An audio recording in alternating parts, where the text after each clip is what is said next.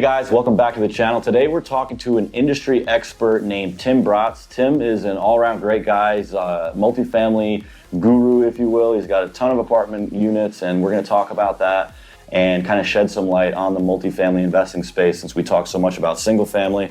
So Tim's the CEO and founder of Legacy Wealth Holdings, the real estate company that transforms distressed apartment buildings into high-yield assets into their own portfolio. Tim's current portfolio is over 4,000 units with a $350 million value, so I got a feeling he knows what he's talking about. He's built a passive business, created residual income that will literally allow him to live the lifestyle he wants. So now he's an educator, he's giving back, he's sharing his knowledge so that others can be empowered and also become financially free. We're going to just jump right into it. Thank you for taking time. I know you're a busy guy. You got a lot going on, but I really appreciate your time, and hopefully we can shed some light. I know we got a lot of single family investors that are in our audience, so we want to talk about multifamily, just do a little comparison, just kind of pick your brain. How did you buy the first investment property? Let me just have you answer. Yeah. So back up, man. I was going through college when the real estate market was going crazy last time. So 03 to 07, seeing all these people make a bunch of money in real estate.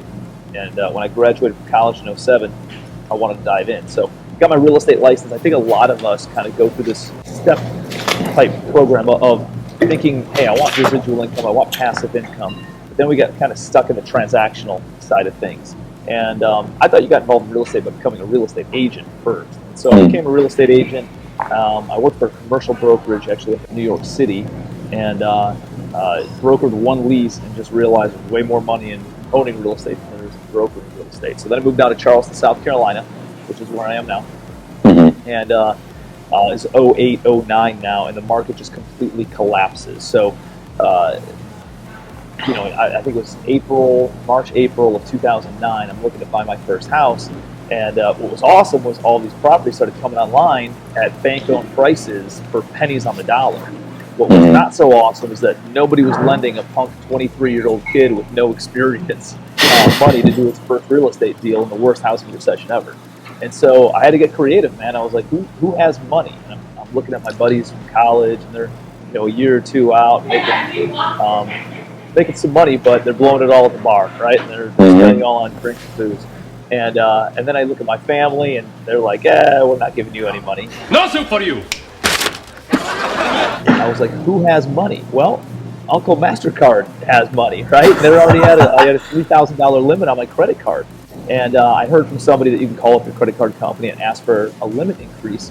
And that's what I did. So I got real, I probably had a couple of cocktails in me or something and get some false strength built up. I called up my credit card company. I was like, hey, I'm about to make a big purchase. I need you to increase my limit. And they're like, yeah, what do you need? And the lady on the other line says, how much of a limit increase do you need? And I was at $3,000. I was like, I need $100,000. $100 billion. And she started laughing too. She goes, hey, you've been a great customer for like 15 months that you've had your credit card open, but we just can't give you a credit limit increase of that amount. I was like, well, what can you give me?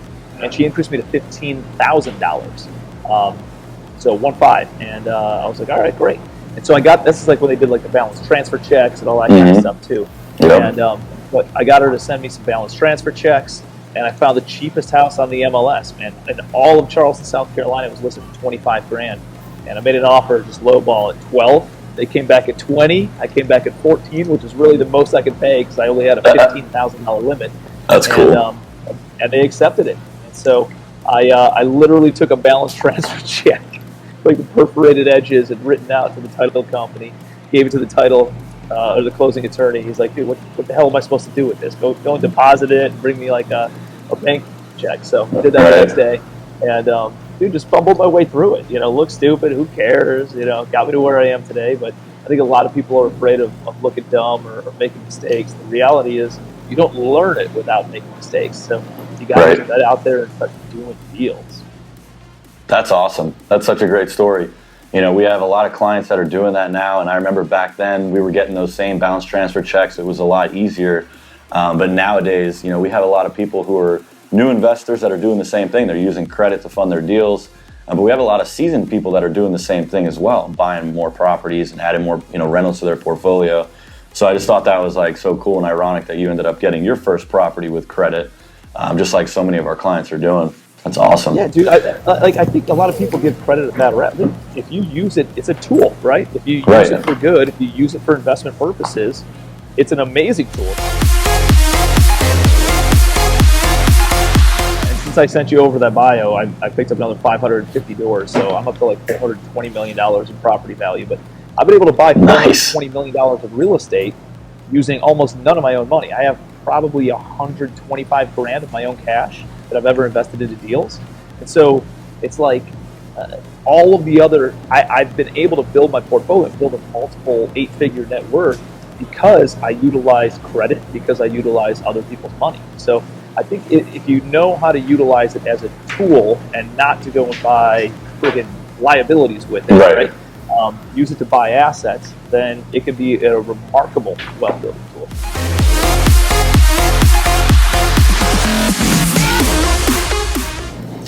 That's awesome. So you just mentioned you got a huge portfolio. How did you fund all of that? If you're saying you didn't come out of pocket more than $100,000 or whatever it was you mentioned, well, how are you funding those deals? How are you, are you going to private lenders? Are you getting private money like investors? Great question, man. Yeah, so I think a lot of people, when you're in the residential world, there's different dynamics than in the commercial world. Residential, there's a lot of hoops, there's a lot of red tape, there's a lot of hurdles that you got to get past in order to get funding. Because there's candidly, there's people that aren't that sophisticated in the residential real estate world. People who inherit property or first-time home buyers or whatever. And in the commercial world, there's not all that red tape because it's just assumed, like you're into it because it's an investment property. So it's assumed you're a more sophisticated real estate investor. So I remember like back in single family, they would look, when I would go buy a single family or a duplex or a triplex or a quadplex, the bank would look at me, and 90% of the underwriting was based on me as the individual and about 10% based on the property. When you get into commercial, you flip it totally on its head. It's 90% based on the property and 10% based on the individual. So that was a big deal. I could go and bring a great asset at a great purchase price, and somebody was going to go and fund it despite what my net worth was or wasn't at the time. The other thing is, it's like when you go and get a single family loan, the bank wants to see where the down payment's coming from, make sure it's your money, make sure it's seasoned in your bank account for 3-6 months, whatever. In commercial real estate, it is assumed that you're going to raise money from private investors for the down payment for operating capital. Like the bank expects you to go out, it's called syndication. They expect you to go out and syndicate capital, and that's what I do. So, and dude, it's not that different of buying a single family house and being all into it for $70,000 and you rent it for $1,000 a month and it's worth $100,000, right? I do the exact same thing, just add a couple zeros. So I'm into an apartment building that's worth $10 million for about $7 million. And I use kind of like the BRRRR method. So I'll buy it with a bridge loan, and typically that bridge loan will be about 80%. So let's call it, if I'm all into a deal for $7 million, the lender will give me about $5.5 million. That means I have to go and raise about $1.5 million from private investors, and that's what I utilize for the down payment. I then buy the property, fix it all up, make the capital improvements to it, I update it, make it clean, safe, functional, bring in good, qualified tenants, put good property management in place, and then we turn around and refinance it for about 24 months at that higher value. So now it's worth $10 million, and I can go get it, let's call it a 75% loan-to-value loan. So now I go over to like Fannie Mae, Freddie Mac, or a life insurance company. Like there's a lot of different lenders for commercial real estate. I go to one of them, they'll give me a new loan at 75% of the new value. So new value is $10 million, right. 75% of that is $7.5 million. With that $7.5 million, I pay off the acquisition financing of $5.5. I pay back my investors of $1.5, and then there's still about $500,000 of tax-free refinance proceeds that I'm able to put in my pocket or carve up amongst all the different partners. And then it's just house money in play. Right now I got a long-term loan in place. I don't have to worry about refinancing it for at least 10 to 15 years. I don't have to worry about selling. I can just sit on the property, let it cash flow, let it pay down principal, let it appreciate over time. And that is how wealth is built, dude. It's just buying real estate, buying assets, utilizing other people's money for it, and then sitting on it, letting other people, you develop, create so much value for your tenants that they're willing to pay you every single month for your property. And that covers all the operating expenses, it covers all the mortgage payments, and it puts cash flow in your pocket. And dude, then you have depreciation, you have appreciation, you have principal pay down, all these other benefits of owning real estate, and it's just amplified. It's multiplied many, many times by doing commercial real estate versus residential. So I love all real estate. I just think if you want to get there faster, commercial real estate is a great vehicle to be in. Right. Yeah, I know. I've heard you say that before. You can do 100 transactions and get 100 doors with single family, or with apartments, you can do one transaction and get 100 or 1,000 or whatever doors. So that makes a lot of sense. It's pretty enticing, because I'm over here, chasing single family houses, but at the same time, it's like you just said, it almost sounds like it could be easier in a sense because it's less on you. They're not looking at just you. It's a syndication, so there's multiple investors involved, and they're going off of the revenue that building or that apartment complex can generate too. And that's kind of how that loan is created as well. It's not just based on your credit and your income. It's based on the income of the apartment complex. Quick question. When you get your initial acquisition loan, that's through like a traditional lender, like you mentioned, or is that's not all private money? The only thing that's private investors is the down payment, right? Yep. If it's a smaller deal, like under $1 million, I'll just raise it off of private money. It's just not worth going through all the hoops and stuff. If it's over $1 million, I'll go and get a bridge loan from a bridge lender. And so that's typically either going to be a local community bank, okay, which I like. That's who I like. That's who I would prefer to go do business with, just because they're easier terms. It's usually the best rates, better terms. It's a group of people. You're building relationship with a community bank that you can do more business with in the future.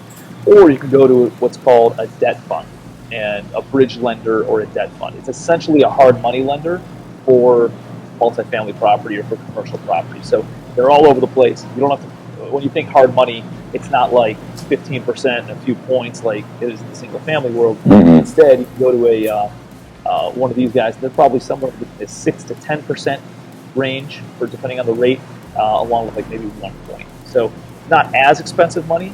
But they're willing to buy this. They're willing to fund the stuff that's a little bit more distressed. A local bank isn't really going to get into too distressed of a situation. They want something decently stable, meaning it's like, let's call it 70 or 80% occupied, and pretty easily stabilized, meaning it can get to 90% occupancy pretty quickly. The debt funds or the bridge lenders, they'll buy something or fund something that's 50 cents on the dollar. And only 40 or 50% occupied, but it's a good deal and there's a lot of upside. So they're willing to take a little bit more risk, but that's why the interest rate is higher. Right. So it's kind of like when you're buying single family, you're making cash offers, you're using hard money, you're not using like a mortgage. So that's a similar concept to what you're doing. The initial buy isn't with a mortgage. It's more of like a hard money. It is. Yeah, it is. They still have a mortgage on it, but yeah, you can definitely move faster than what a traditional bank looks okay. for. They're more looking for the deal than what making sure they just have a bond in their portfolio that's going to pay them 4% per year for the next 10 years, like a bank, or more of like an institutional debt fund might be looking for. So yeah, there's funds out there. They're all over the place. Peter Street, Lima One, Rock Capital, like there's a bunch of them that will lend money on commercial real estate, anywhere from $1 million up to $5, 10, $15 million. So communicate with one of them or connect with a mortgage broker. That's really been my go-to. I just have a rock star mortgage broker on my team, and he goes like, hey, here's the deal. He sizes it all up. He puts a financing package together, and then he'll take it out to 15 or 20 different lenders, both debt funds and local banks, regional banks, national banks. And that's for the initial purchase? Who brings the best terms? Yeah. He'll do it for the initial purchase, and then he'll do it again once for the it's stabilized. Although there's really only a handful of lenders that we usually go to for the stabilized side of things, because their terms are like over the top. Like Fannie Mae, Freddie Mac just have a remarkable term that not many people can compete with. Very cool. Yeah, I was always kind of curious, how that initial buy goes. I wasn't sure if you were just raising private money for the entire thing, but you cleared that up now. So you said bridge lenders? Yep, bridge lenders. Yep. Okay, that's cool. Yeah, that's good to know. I'm sure that, a lot of people might be watching, just like me. I'm not savvy with multifamily and how this all works, but you're definitely clearing it up for me as we're talking about it. Dude, and I wasn't either, man. Like, everybody thinks multifamily is very complex and like over the top, and you got to either have a real estate degree or go to an Ivy League school and major in finance. Dude, that's not the reality. I'm a blue-collar kid from Cleveland, Ohio. My dad was a cop. My mom was a stay-at-home mom with a teaching degree, right? And I started in single family. I did a deal, did another deal, did another deal, did another deal. Got into small multifamily, duplexes, quadplexes, and then I bought my first apartment. Was only 8-unit building. So like now I buy big buildings, but back then I bought an 8-unit, I bought another 8-unit, I bought a 14-unit, I bought a 15-unit, I bought a 23-unit, I bought a 31-unit, and I just organically grew my portfolio to a point that I had 100, 150 doors, which then allowed me to jump into the bigger stuff and qualify for loans on that bigger stuff. But early on, I used, for these small deals, I just used private money for a lot of those. I'd raise capital just the same way that you guys do on the single family side, until I met people in the commercial world, and they kind of advised me on some things that I can do. So, if you get anything like under $1 million, you can just structure it the same way that you do on the single family stuff. So what makes multifamily, from your perspective, what makes multifamily real estate different or better than single family? I know we talked about the fact that you can do one transaction, get a bunch of doors, but do you have any other things you want to talk about on that? So all real estate has the tax advantages, and I think it's really important for people to realize that since the beginning of civilization, wealth has been measured in land ownership. And so the people who own land had the money, had the power, had the influence, including influence over the tax code, the tax law. And that's the same thing that happened in the United States when the United States was founded. It was the tax law was written by a bunch of landlords, landowners, and so the people with jobs get totally burned. They're the ones who pay the highest percentage of taxes. People who own businesses pay a little bit less. The people who own real estate pay the least typically, because that's how the tax code's written. So there's a lot of benefits whether you're buying a single family property or multifamily property or other types of commercial property. Huge benefits in real estate. It just gets amplified with commercial real estate because you're working with bigger dollar amounts. I'll give you an example, like depreciation, right? So although the property appreciates in value every year, the government, the IRS, allows us to depreciate the value and offset a lot of the cash flow that we take in on that property, which I don't totally get, but we get the benefit of it, right? And so I think about this stuff and I'm like, man. So like, I'll give you an example. The deal that I just bought, that I just mentioned, 550 units, that was in Houston, Texas, was a $77 million purchase, all in. Biggest deal, single deal I've ever done. And on that one, like, I only own, 25% of the deal. I'd have to look. And but the deal's worth $106 million in, let's call it 36 months once it's totally stabilized. We're doing some construction, building out some units, some other stuff. So like, There's $30 million of equity in there. It's not all mine, but about 25% of it is. And so it increased my net worth by $7.5 million just that one single deal. But we also did like a cost segregation study that amplifies and essentially takes the depreciation that usually gets spread over 27 years in single family, and I think it's 39 years in multifamily, and it condenses it to the first few years. So like, my depreciation on that property is expected to be, just in year one, it's supposed to be about $3.5 million. So I can go and make $3.5 million this year, and because of that one deal I did, I wouldn't have to pay taxes on any of the $3.5 million that I made, because it offsets all my income. And because I'm a full-time real estate investor and I have depreciation, it can offset my earned income. So it's like, damn, how many single-family houses do you have to buy in order to be able to do that, right? So the scale side is definitely something.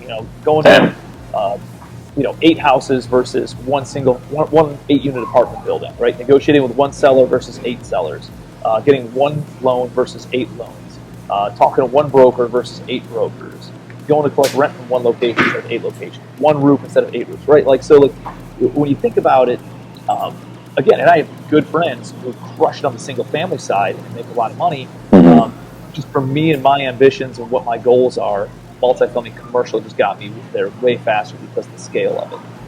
The other thing is, kind of like what I alluded to, I only own 25% of that big deal that I bought. And that's, to some people, I know coming from the residential world, I always wanted to own 100% of all the deals. I didn't want partners or anything like that. Dude, I realized that when you get into the bigger stuff, you're not carving up $20,000 or $30,000 of profit like you are in a single family. It's hard when there's a multiple hands in the cookie jar trying to pull from that.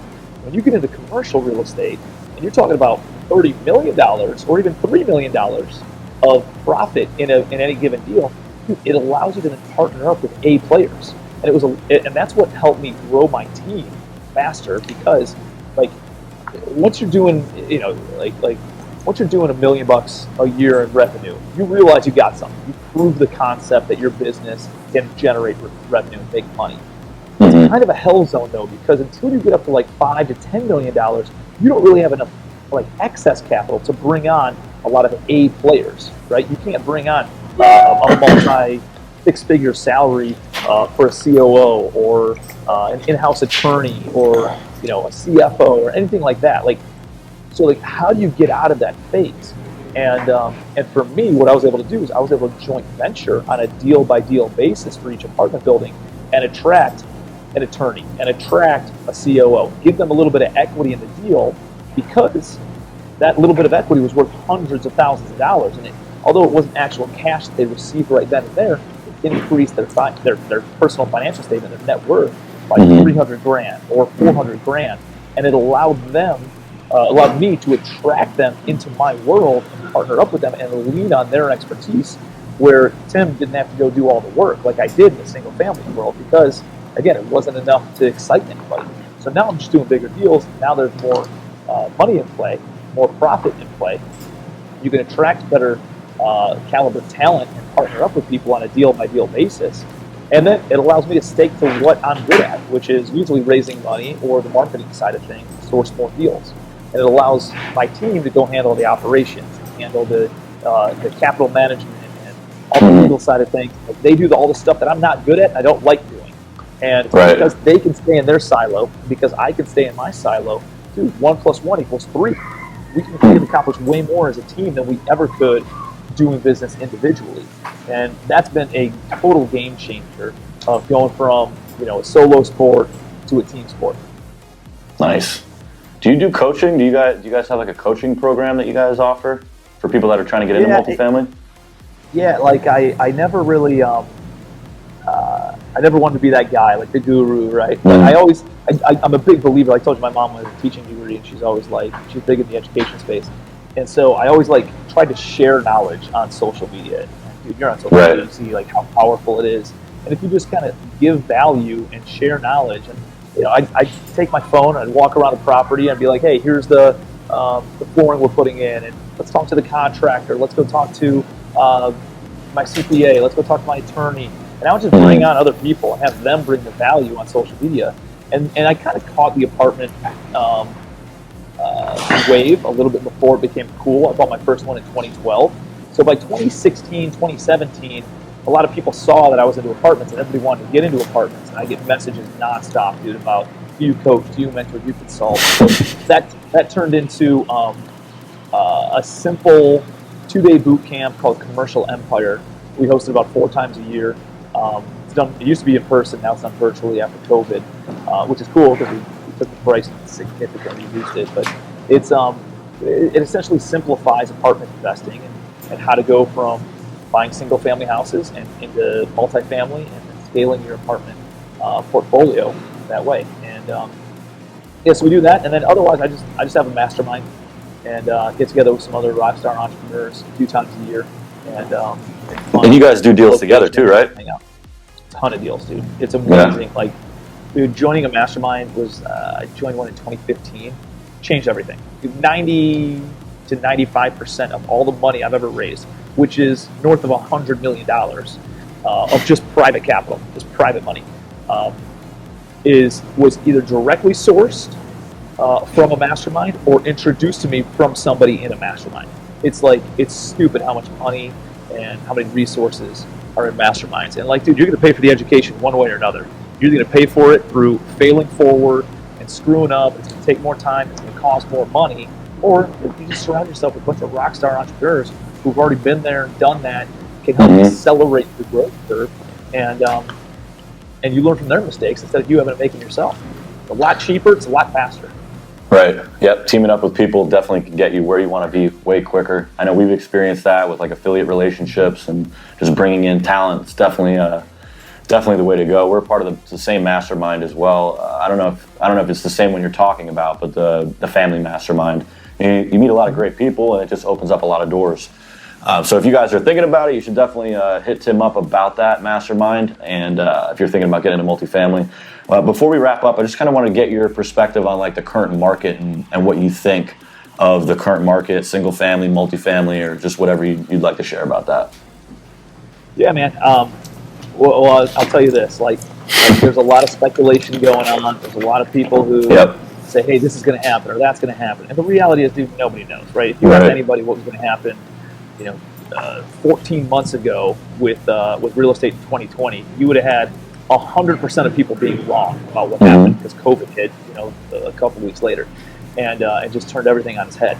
So, to speculate, here's what I do know: all markets are cyclical, so they rise and they fall.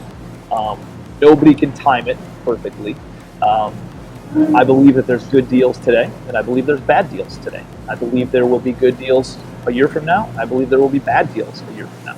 I think there were good deals and bad deals a year ago as well. So despite what the economists say and the speculators say,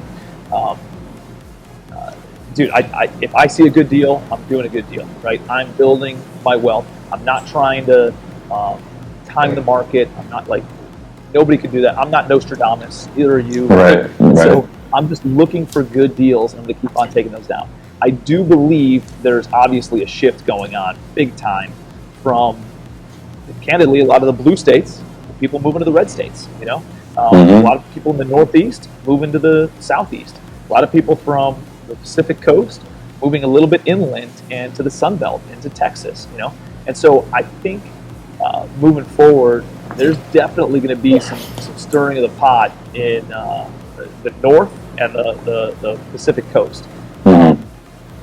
I think from a micro level, a lot of the Florida's going to crush, Texas is going to crush it, South the Carolinas are going to crush it, Georgia, like anywhere around the Gulf Coast, anywhere along the Mid-Atlantic and South, and really any of the Sun Belt, I think is going to crush. I think there's a steady stream of people, and after COVID and everybody being able to do this stuff virtually now, they realize I don't have to work in a friggin' office in New York City and live in a $6,000 a month apartment that is a one bedroom. I can go and rent a place on the water or buy a place on the water in South Carolina and have way better quality of life. And so people are becoming pretty keen to that. And I think from a micro market standpoint, dude, like there's 8,000 realtors in Charleston, South Carolina. There's only 1,400 properties on the market right now.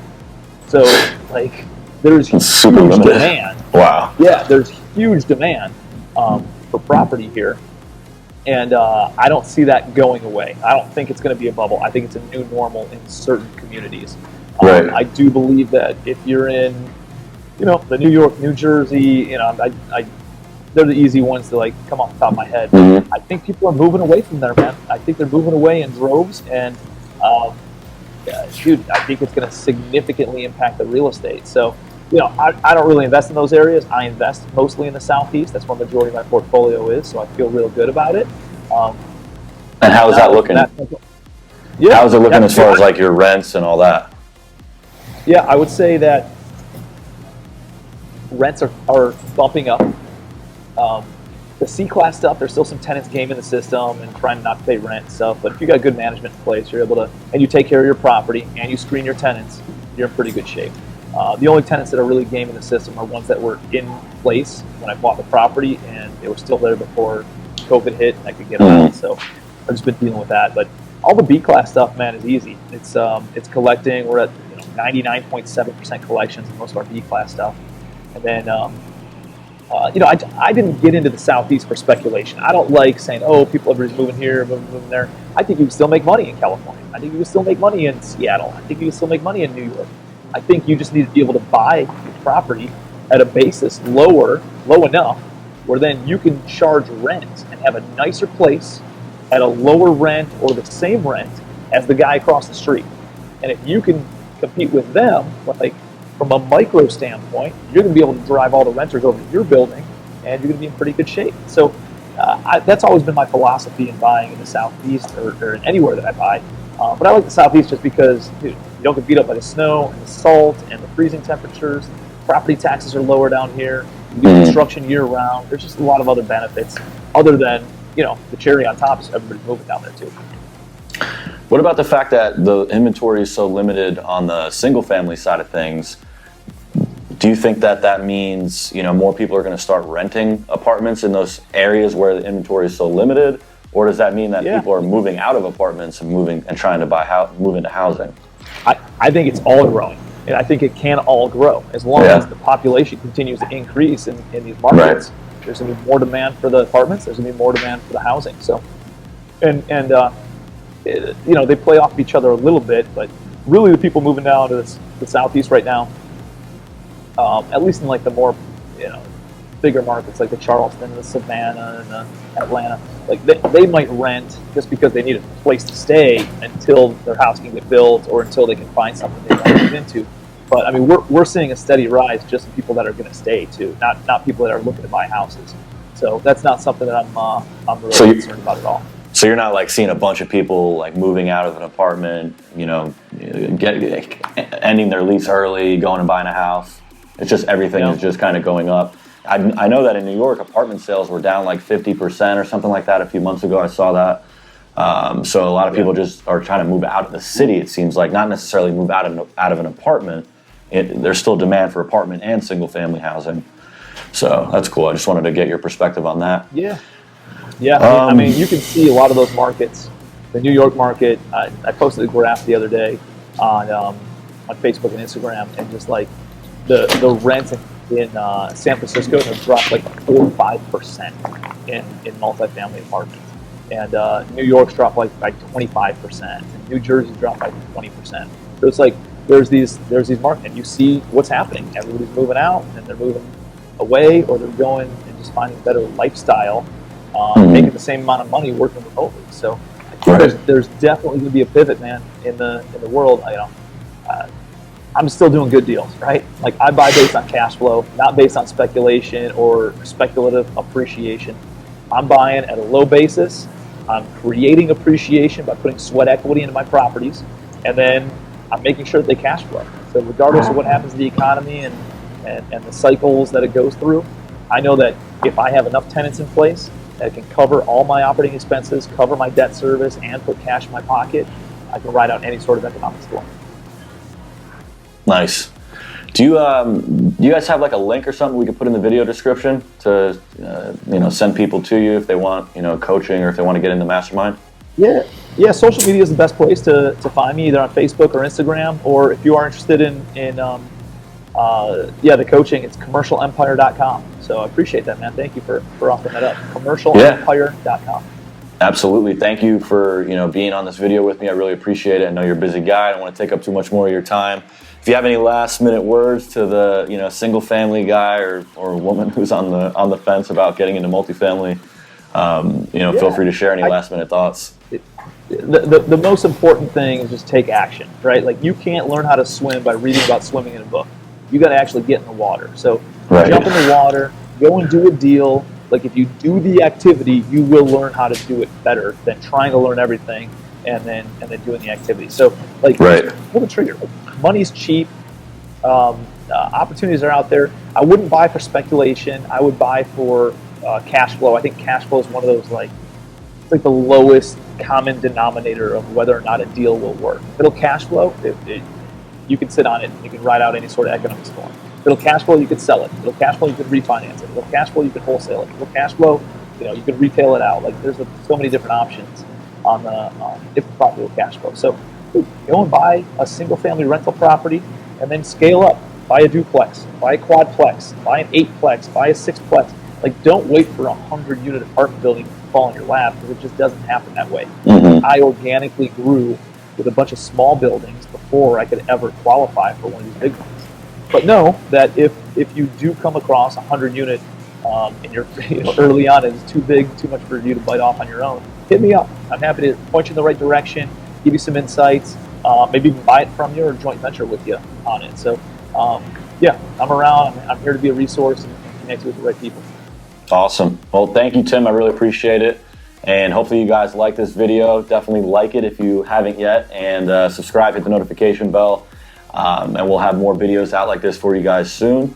And we'll put that link in the description so you guys can connect with Tim if you'd like to. Otherwise, hopefully you guys have a great rest of your day, and we'll talk to you on the next video.